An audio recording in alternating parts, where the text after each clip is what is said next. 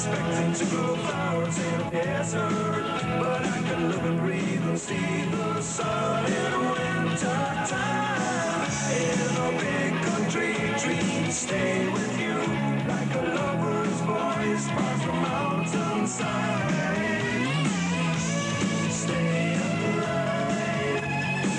In a big country, dreams stay with you like a lover's voice far from mountainside. Stay alive.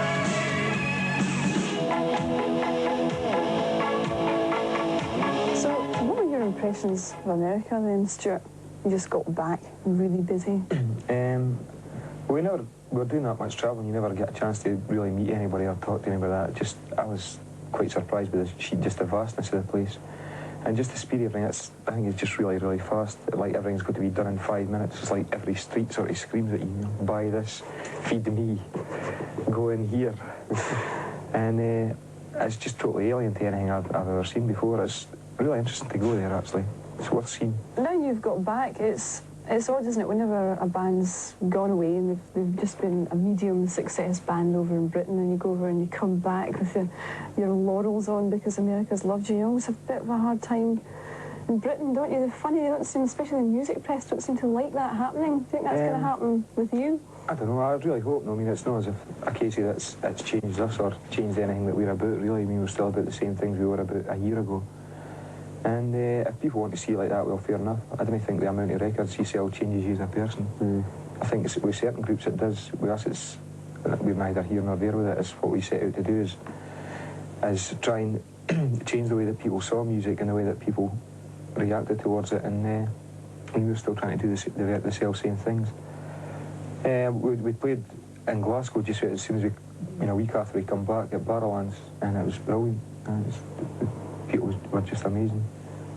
And as far as they're concerned, nothing's changed for them. It's definitely not changed for us. It's hard though, isn't it, not to change? I mean, even just I mean, people change all the time, whether you're a garage mechanic or whether you're a musician, just going different places. Aye, everybody has a right to be their own individual, aye. Yeah, well, don't you find, Bruce, even that going around American people get the kind of adulation that you obviously got in the interest? It must have changed you a bit. I didn't really bother about it. I didn't like to think about it too much, you know. I mean, if folk come up and say, oh, you're great and this and that, just didn't bother about it, you know. So what? Yeah, it's funny that the bands, the two British bands that are doing so well out there are yourselves and U2. And then I suppose you could say that they've got... British, they're Irish. Well, I was just going to say they've got a real Celtic feel about them, and I know you've always been pointed out as having a real Celtic feel to you. Do you think that's just a coincidence? I was definitely better than asking us why they get that. I was going to ask you how you get your bye-byes to play like a guitar. It's cassettes in the back. But I mean, you know what I'm getting at. Everybody says there's a real Scottish feel to your music, and obviously there's a real Celtic feel to you too. Now, is that something that the Americans are desperate for? Well, that's just their tag, in a way, I think. I think that's everybody likes to sort of label music doing, and that's what we're seen as. For me, it's just us playing the music that comes naturally to ourselves. I mean, when Bruce and I started working, we didn't set out with any great master plan. I mean, all we wanted to do was sit down and write a bunch of songs and just play them in front of as many people as we can. And we just wanted things to be natural. I know, like, sit down and pre-plan it like a set of building blocks and make it like a musical language, as it were. And it's not anything, like, I didn't go about looking for wee tutors up in the hills that could play the fiddle and steal their songs or anything like that, you know.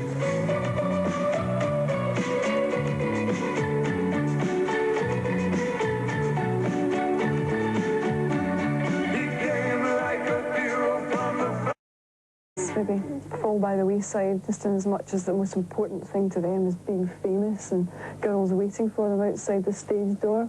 If you've got something extra, do you think that gives you the edge? I think it takes it away from the norm and brings it back down into a more human level, if you're aware of why you're writing songs and what you're writing them about, instead of being all too long to look towards what the end result will be. I think a lot of groups start out with the main idea in their head has been becoming as rich and as famous as quickly as possible, which I think is a shame in a way, because it means that music then is obviously always geared around success, and people can't try things that are coming from themselves and other things that they want to do.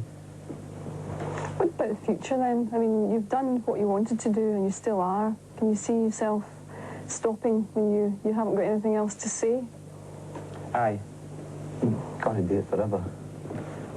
You'd just be lying to yourself if you just carried on doing the same old thing time in and time out. And when you find yourself in that situation and it's time to go, well, wait a minute, you know, why am I doing this? And you've got to question yourself a lot. I think a lot of people just carry on for the sake of it's safe for them, you know, they're in a nice, comfortable job and find it quite easy to listen to their old records and copy them. But lots of people do it and don't enjoy it because they're sort of driven on by some need, the need to have a career, if you like. You don't see it that way. But they need to have an ego, you mean?